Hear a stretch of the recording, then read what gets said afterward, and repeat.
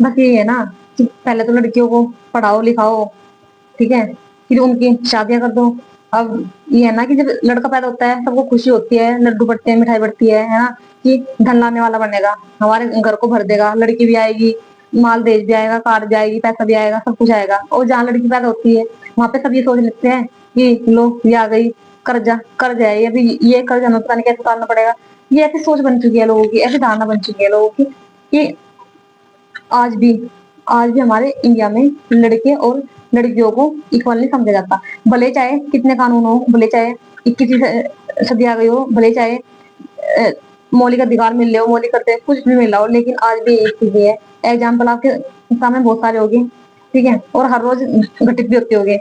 बस मैं तो ये कहना चाह रही हूँ कि कहते हैं ना कि ये जो दुख होता है ना, दुख केवल कितना छोटा वर्ड है, दो वर्ड से मिलकर बना हुआ है, दो वर्ड का दुख, है ना। जितना थोड़ा छोटा वर्ड्स है ना, उससे कहीं ज्यादा ये दर्द देता है और टेंशन देता है।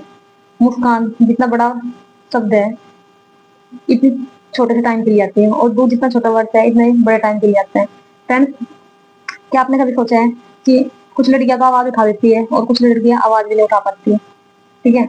अब माँ बाप ये कहते हैं कि लड़की जवान हो गई, शादी कर दो, शादी कर दो, शादी कर दो, है ना। बस अपने सिर पर से आगे भेज दो, टेंशन वहां दे लो ज्यादा आगे। फिर ये नहीं पता कि उसको अपने प्राणों की जान देने के बाद भी, जब भी उसको कोई ये नहीं, उसको न्याय के लिए तक नहीं उसकी आवाज उठती। फ्रेंड्स, ये जो भी निक्की का केस चला हुआ है, मनीषा का केस चला हुआ है, ये तो चला हुआ है, ठीक है। लेकिन हो तो बहुत सारे ऐसे केस है जो वायरल भी नहीं होते, जो किसी को पता ही नहीं लग पाता, है ना। किसी को मार दी, घर के मिट्टी में दाब दी, पता नहीं लग पा रहा, क्या लग पा रहा है पता।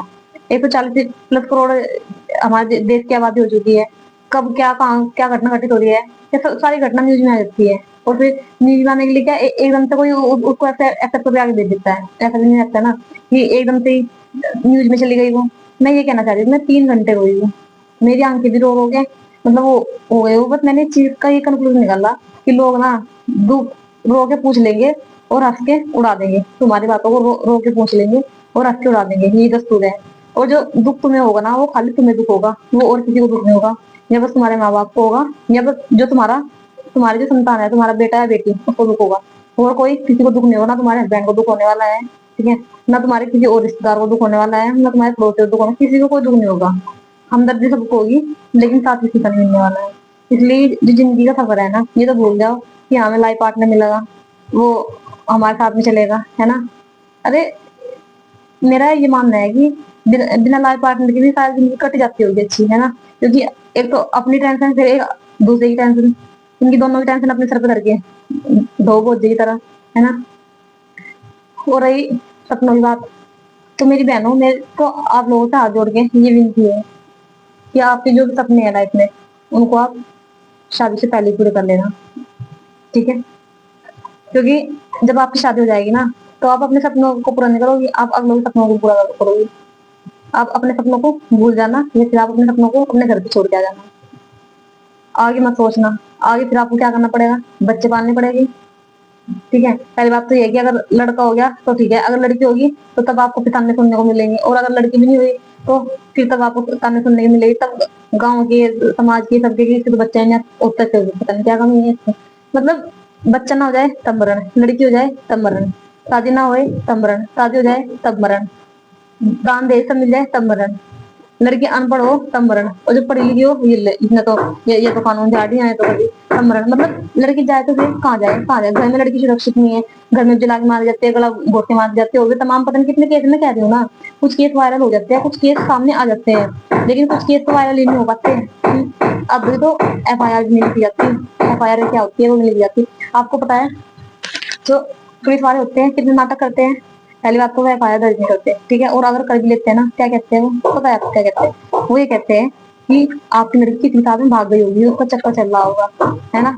ऐसे ऐसे बताते हैं, और सोचो वो ऐसे ऐसे बताएंगे ना, और उस माँ बाप के ऊपर क्या बीतती है जो उसकी पेरेंट्स है लड़की है ना। उनको जितने जी वही मेंटली वो उनको ऐसा बना देते हैं कि वो बेचारे बिल्कुल टेंशन में चले जाते हैं, वहीं का वहीं वो उनका इतनी बुरी तरीके से उत्पीड़न करते हैं ना पुलिस वाले। मैं ये कह रही हूँ, अगर हमारे देश का ना जो कानून व्यवस्था है वो स्टिक हो जाए, ठीक है, अगर हमारे देश की कानून व्यवस्था स्टिक हो जाए ना, तो शायद कुछ 10% मामले रुक जाए, 90% तो नहीं रुक पाएंगे। ठीक है, क्योंकि कब कौन काम मार रहा पता नहीं लग पाता, आप देखो जा जाके। अरे मैं तो देख रही हूँ, पढ़ी लिखी के साथ में भी इतना सब कुछ हो रहा है, ठीक है, और अनपढ़ों के साथ में कितना होता होगा, ठीक है, उनकी तो कोई आवाज नहीं उठा सकता। अरे कुछ केस वायरल हो जाते हैं, उनकी आवाज उठा ली जाती है, लेकिन कुछ केस तो वायरल नहीं हो पाते हैं। अभी मेरे माइंड में एक घटना है, मेरे आसपास की है वो, ठीक है, वहां पे एक लेडीज को पेट्रोल डाल के उसने आग लगा दी, जल गई वो, ठीक है, उसको बचाने की कोशिश की गई लेकिन वो मर चुकी। अब तक के ना उसकी कोई एफआईआर दर्ज, ना कोई सरकार वालों को कोई प्रॉब्लम, किसी को कोई दिक्कत नहीं है। ऐसे ऐसी चीजें होती है ज्यादा क्या, और फिर उससे बड़ा रोना क्या, माँ बाप गरीब, बिल्कुल गरीब माँ बाप है ना, सर पे छत भी नहीं है, वो जाएंगे तो कहाँ जाएंगे, करेंगे तो क्या करेंगे वो। ऐसे ऐसे केस होते हैं। किसी के पास में तो थोड़ा पैसा हो जाता है, वो आवाज उठवा लेते हैं, किसी के पास में कुछ होता ही नहीं है, वो सोचे कि भाई 2 टाइम का खाना खाए या फिर जस्ट के लिए लड़े, क्या करेंगे आ जाए, इसलिए बस वहीं की वहीं आवाज दब जाती है।